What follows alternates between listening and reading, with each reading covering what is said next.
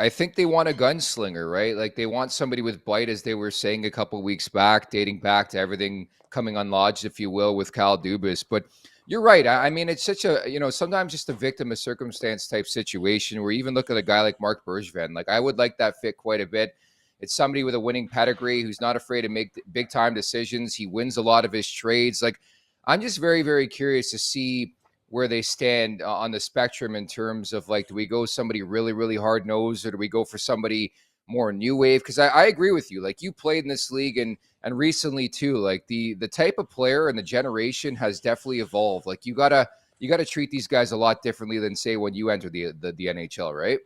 Yeah, for sure. It's definitely different, right? Like that old school of mentality. Like I always used to joke around like I had this like fuck you mentality, right? Like if something didn't go my way, I like dug in deeper. If somebody said something bad, if the coach was all over me. Where now it's a little different. You still have some of those guys that have that old school mindset, but then a lot of these kids need to be pampered and they've been silver spooners since they were 10. They've been Mhm. surrounded by, insulated by people that are telling them, you're the best. It's not your fault. It's somebody else. So all of a sudden now if you have this hard-nosed GM, like, potentially it works or potentially it just goes into mutiny. Like you look at even Calgary bringing Suter back, you had guys that didn't want to go there to play. Like, and you were talking about the NHL now.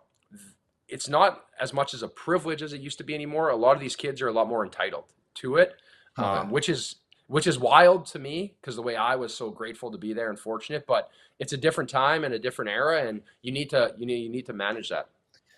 Yeah, that's the thing that really dates me. Like I'm 33, as I've told you, I'm an 89 born, and sometimes I think back to like back in my day, covering junior hockey with like John Tavares his last couple months, finishing off with London Knights and guys like that, and the Windsor Spitfires and their domination covering the OHL. But it's just a lot different, that breed of player, compared to this day and age where the entitlement's there.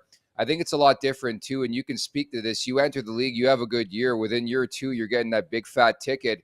Where's the motivation go? Like, I just think it's tough to motivate players if you're a coach, if you're a GM, if you're anybody involved in an organization. And most of it has to come internally. Like, we've picked apart the pieces for another disappointing loss this season for the Maple Leafs. But at the end of the day, how many different people are they going to bring into the mix to try to get these guys going?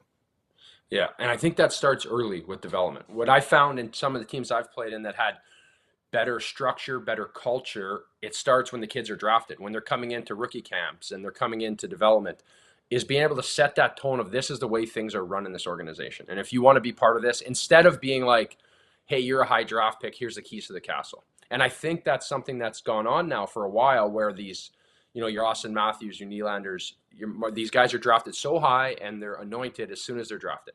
And then all of a sudden now they have the contract every time they get the term, they get the, like, you look at Matthews' deal, he got everything he wants, right? And now they're in a situation he can hold them hostage. So it's one of those things where I think it starts earlier. And now you look at all these other teams that have been successful when you have players taking like team friendly deals, which is hard because I'm never going to knock a guy for getting his money.